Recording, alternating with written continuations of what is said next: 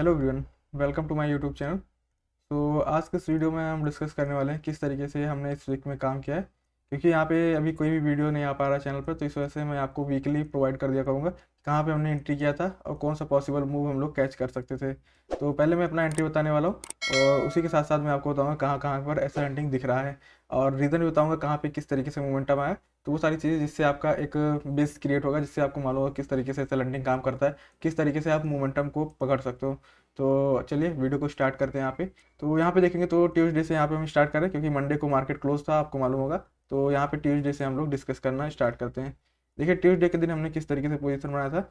यहाँ पे देखेंगे तो काफ़ी इजी पोजीशन था। यहाँ पे मार्केट देखेंगे तो ओपन हुआ, ओपन होने के साथ एक बड़ा रेड कैंडल बनाया। रेड कैंडल बनाने के बाद यहाँ पे देखेंगे कि ये एक सपोर्ट लेवल था, सपोर्ट लेवल से एक्जैक्टली मार्केट अपसाइड का मोमेंटम किया। देखिए काफ़ी लोग यहाँ पे सेलिंग भी किए होंगे, पर यहाँ पे मैंने सेल नहीं किया था। यहाँ पर अगर बैंक निफ्टी का चार्ट देखेंगे तो बैंक निफ्टी में एक छोटा सा ब्रेक डाउन हो रखा है। यहाँ पर देखेंगे मार्केट ने कैंडल बनाया, कैंडल के बाद एक अपसाइड का मोमेंटम, फिर ब्रेक डाउन। तो कहीं ना कहीं यहाँ पे काफ़ी लोग सेल किए होंगे, ये भी आपको ध्यान में रखना है। जब ब्रेक डाउन या फिर ब्रेकआउट होता है तो वहाँ पे सेलर वगैरह आते रहते हैं।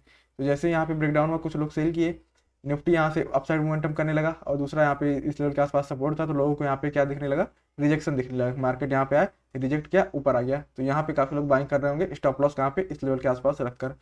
तो यहाँ पे क्या हुआ, मार्केट ने क्या किया, उनका ऐसे हिट किया। यहाँ पे जो हमने पोजीशन बनाया था वो बैंक निफ्टी में बनाया था, इस लेवल के आसपास यहाँ कहीं मैंने बाइंग किया था। और बाइंग के बाद यहाँ पे थोड़ा बहुत लॉसेस दिखा, फिर उसके बाद जब यहाँ पे ये दो कैंडल बने तो इसमें काफ़ी अच्छा प्रॉफिट दिखा और यहाँ पे हमने टारगेट बुकिंग करके एग्जिट कर लिया। यहाँ पे रीज़न यही था कि इसमें ब्रेकडाउन वगैरह हो चुका था, सपोर्ट के आसपास आ गया था। और दूसरा यहाँ पे देखेंगे तो इसमें क्या हुआ था, यहाँ पे ये भी मतलब यहाँ पे सपोर्ट के आसपास था पर यहाँ पे ब्रेकडाउन था। तो पहले ब्रेकडाउन लोगों को यहाँ पे दिखेगा, क्योंकि देखिए अगर कोई लेवल है, मान लीजिए यहाँ पे कोई पैटर्न यहाँ पे मान लीजिए इस तरीके का बन रहा है और ऊपर यहाँ पे एक साइकोलॉजिकल नंबर है, तो फिर लोगों को यहाँ पे पहले ब्रेकआउट पे यहाँ पे लोग एंट्री करना पसंद करेंगे, ना कि यहाँ पे रेजिस्टेंस देके सेल करेंगे। क्योंकि यहाँ पे पहले ब्रेकआउट हो रहा है तो लोग यहाँ पे बाइंग करना स्टार्ट करेंगे। तो सेम वही लॉजिक यहाँ पे भी अप्लाई होता है। जब यहाँ पे ब्रेकडाउन होगा तो लोगों को यहाँ पे सपोर्ट तो दिख रहा है, पर पहले यहाँ पे लोग सेल करेंगे, उन्हें लगेगा इतना भी टारगेट मिलेगा तब भी चलेगा, या फिर उन्हें दिखेगा कि यहाँ पे अगर थोड़ी देर होल्ड करेगा तब फिर एग्जिट कर लेंगे, या फिर यहाँ से अगर फॉल कर गया तो एक बड़ा टारगेट मिल सकता है। तो इसीलिए जब यहाँ पे प्राइस एक्शन बनता है तो वहाँ पे सेलर आते ही आते हैं। नीचे चाहे सपोर्ट हो चाहे रेजिस्टेंस हो, उससे नहीं फर्क पड़ता है। अगर ब्रेकडाउन या ब्रेकआउट हो रहा है तो वहाँ पे बायर सेलर आते रहते हैं। तो जब यहाँ पे ब्रेकडाउन वगैरह हुआ तो यहाँ पे सेलर वगैरह, सेलर आने के बाद फिर यहाँ पे हमने बाइंग का पोजीशन बनाया और एक अच्छा यहाँ पे हमें मोमेंटम देखने को मिला और यहाँ तक हमने मोमेंटम कैप्चर करके अपना टारगेट यहाँ पे बुक कर लिया। तो ये था हमारा ट्रेड। आई होप आपको समझ में आ गया होगा। और बहुत सारे लोग कमेंट करने वाले हैं कि यहाँ पे बंद मार्केट में कोई भी बता सकता है। तो ये सारे ट्रेड मैं पहले लाइव भी करता था, आप लोग को मालूम होगा। लाइव अगर आप जाके चेक करोगे तो लाइव का भी मैंने प्लेलिस्ट बना रखा है। ऑलमोस्ट उसमें 300 से प्लस वीडियोस होंगे जो मैंने लाइव मार्केट पे पर डे ट्रेड करके आप लोग को दिखाया है किस तरीके से कहाँ पे एंट्री हो सकता था। तो वो वीडियोस भी आप देख सकते हो, उससे मालूम चलेगा किस तरीके से मैं एंट्री करता हूँ। बाकी अगर अभी आप लोग को डाउट है तो फिर आप वीडियो को स्किप कर सकते हो। अभी यहाँ पे देखेंगे तो आगे अगर यहाँ पे देखेंगे तो मार्केट देखिए जब साइडवेज होता है, यहाँ पे एक चीज़ आप ध्यान में रखिएगा, अगर मार्केट रेजिस्टेंस या फिर सपोर्ट के आसपास साइडवेज हो रहा है, चांसेस है कि वो ब्रेकआउट कर देगा। यहाँ पे देखिए मार्केट ने क्या किया, यहाँ पे एक रेजिस्टेंस था, यहाँ पे एक रेजिस्टेंस था और इसी लेवल पे साइडवेज हो गया। साइडवेज होने के बाद फिर यहाँ पे ब्रेकआउट हुआ, ब्रेकआउट होने के बाद यहाँ पे काफ़ी ज़्यादा बायर्स आए, फिर उनका पहले मार्केट ने ऐसे रेट किया, फिर मार्केट अपसाइड का मोमेंटम करना स्टार्ट किया। तो ये ध्यान में रखना कि जब मार्केट साइडवेज होगा सपोर्ट रेजिस्टेंस के आसपास तो वहाँ पे ब्रेकआउट पॉसिबल है। उसके बाद अब यहाँ पे नेक्स्ट डे पे आते हैं। तो नेक्स्ट डे भी देखेंगे तो सेम सेटअप था, यहाँ पे कुछ यहाँ पे ज़्यादा दिमाग लगाने की जरूरत नहीं थी। यहाँ पे भी देखेंगे तो मार्केट काफ़ी अच्छा ओपनिंग दे दिया था यहाँ पे। अब यहाँ पे देखिए बहुत सारे लोग ट्रैप हुए होंगे, मुझे मालूम है। तो उनका भी रीज़न मैं बताऊँगा किस वजह से वो लोग ट्रैप हुए होंगे, यहाँ पे सेल करके ट्रैप हुए होंगे कुछ लोग। यहाँ पे देखेंगे तो निफ्टी में, यहाँ पे देखेंगे तो पहले इस निफ्टी ने क्या किया, यहाँ पे इस लेवल का ब्रेकआउट किया और बैंक निफ्टी ने क्या किया, यहाँ पे नीचे आया, नीचे आने के बाद फिर एग्जैक्ट इसी पे रेजिस्टेंस लेके फॉल करना स्टार्ट किया। तो काफ़ी लोग यहाँ पे एक में ब्रेकआउट एक में रेजिस्टेंस देखते हुए सेल किए होंगे, पर उनका यहाँ पे कहीं जाके एसएल हिट हो गया होगा। ऐसा इसलिए हुआ क्योंकि यहाँ पे निफ्टी में आपने देखा नहीं, यहाँ पे निफ्टी में देखेंगे तो ऊपर एक साइकोलॉजिकल नंबर है। साइकोलॉजिकल नंबर जब होता है तो मार्केट में ये रेजिस्टेंस तो है, पर जैसे ब्रेकआउट हुआ, ब्रेकआउट होने का अगर यहाँ से मार्केट गिरना स्टार्ट करेगा तो फिर काफ़ी लोग यहाँ पे 20,000 का एसएल डालकर, इस लेवल के आसपास का एसएल डालकर सेल करना स्टार्ट कर देंगे। और वो लोग सेल करेंगे तो मार्केट नीचे नहीं जाएगा, फिर उनका ऐसे हिट करने के लिए अपसाइड निकल जाएगा। तो इसी वजह से यहाँ पे हमने बाइंग का पोजीशन बनाया था, क्योंकि अपर साइड इसमें साइकोलॉजिकल नंबर था। तो यहाँ कहीं हमने पोजीशन बनाया था इस कैंडल में, ये वाले में, जब यहाँ पे ब्रेकडाउन दिखा हमें, बैंक निफ्टी में ब्रेकडाउन दिखा तो लोग यहाँ पे सेलिंग करना स्टार्ट किए होंगे और इसमें भी रेजिस्टेंस दिखा तो लोग सेलिंग करना स्टार्ट किए होंगे। तो उनका ऐसे हिट करते हुए मार्केट यहाँ पे देखिए एक अच्छा मोमेंटम दिया। तो यहाँ कहीं हमने इस लेवल के आसपास यहाँ कहीं हमने एग्जिट कर लिया और उसके बाद मार्केट देखेंगे साइडवेज हुआ, फिर से ब्रेकआउट दिया, एक अच्छा मोमेंटम आया, पर हमारा टारगेट अचीव हो गया था यहाँ पे, तो यहाँ पे हमने एग्जिट कर लिया। उसके बाद देखेंगे तो काफ़ी बड़ा मोमेंटम आया था इस दिन। पर ये सारे मोमेंटम आप तभी कैप्चर कर सकते हो अगर यहाँ पे आपके पास मल्टीपल लॉट में आप ट्रेड कर रहे हो। अगर मल्टीपल लॉट में ट्रेड कर रहे हो तो यहाँ पे आप क्या कर सकते हो, अगर मान लीजिए 5 लॉट में आपका काम कर रहे हो तो यहाँ पे आप 3 लॉट या फिर 4 लॉट बुक कर सकते हो और 1-2 लॉट आप छोड़ सकते हो यहाँ पे मोमेंटम कैप्चर करने के लिए। या फिर आपने कॉस्ट टू कॉस्ट डाल दो, अगर आपको लग रहा है कि मोमेंटम आ सकता है, जैसे 3-4 दिन से मार्केट साइडवेज चल रहा है, तो फिर आप ये सारी चीज़ें देख सकते हो, फिर आपको एक बड़ा टारगेट भी मिल सकता है। पर वो सारी डिपेंड करता है आप कितने प्रॉफिट में हो कितने लॉस में हो, उस पर डिपेंड करेगा। अगर आप लॉस में हो तो फिर आपको ये सारी चीज़ें ट्राई नहीं करना चाहिए, पहले आप प्रॉफिट में हो फिर उसके बाद आप ये सब ट्राई कर सकते हो। अभी अगर उसके आगे का दिन देखेंगे, यहाँ पे आ जाते हैं इस दिन, तो ये भी काफ़ी इजी ट्रेड था, यहाँ पे तो कुछ ज़्यादा दिमाग लगाने की जरूरत नहीं थी। यहाँ पे देखेंगे तो मार्केट में आप प्रीवियस चार्ट ही देखोगे तब भी मालूम चल जाएगा कि यहाँ पे हमें क्या करना है। मार्केट देखेंगे तो एक अच्छा मोमेंटम किया था, और मोमेंटम करते वक्त यहाँ पे देखेंगे मार्केट क्लोजिंग कहाँ किया था, 44,500 के ऊपर। जब इसके ऊपर ब्रेकआउट करके मार्केट ने क्लोज किया तो कहीं ना कहीं यहाँ पे काफ़ी ज़्यादा बायर्स आ गए, क्योंकि उन्हें ब्रेकआउट वगैरह दिखना स्टार्ट हो गया 44,500 का। तो यहाँ पे काफ़ी लोग कॉल वगैरह बाय करके लेके गए होंगे, उन्हें लगा होगा एक शॉर्ट कवरिंग मूव आएगा या फिर गैप ओपन होगा तो वहाँ पे टारगेट वगैरह बुकिंग कर लेंगे। तो मार्केट में हुआ भी, यहाँ पे देखेंगे तो गैप ओपनिंग हुआ, पर गैप अप कुछ खास ओपनिंग नहीं हुआ, थोड़ा सा यहाँ पे सेलिंग दिखाया। सेलिंग दिखाने के बाद यहाँ पे अगर यहाँ पे निफ्टी का आप चार्ट देखोगे तो निफ्टी में भी यहाँ पे सेलिंग आया, बैंक निफ्टी में भी यहाँ पे सेलिंग आया। सेलिंग आने के बाद यहाँ पे फिर से एक अप साइड का मोमेंटम है। यहाँ पे देखिए हमारा व्यू यहाँ पे क्लियर होना चाहिए, यहाँ पे हमें सेल करना है, बाई गलती से मत कर लेना, क्योंकि एसएल डाउन साइड है यहाँ पे। तो इस वजह से यहाँ पे अगर यहाँ पे देखिए ब्रेकडाउन भी दिख रहा है तब भी आपको यहाँ पे बाई वगैरह नहीं करना है, यहाँ पे आपको सेलिंग का ही प्लान करना चाहिए। तो उसके बाद यहाँ पे जब मार्केट ने ब्रेकआउट किया अप साइड का, और निफ्टी यहाँ पे कहाँ पे था, इस लेवल रेजिस्टेंस के आसपास था, तो इसने तो ब्रेकआउट कर नहीं पाया और बैंक निफ्टी ने ब्रेकआउट कर दिया।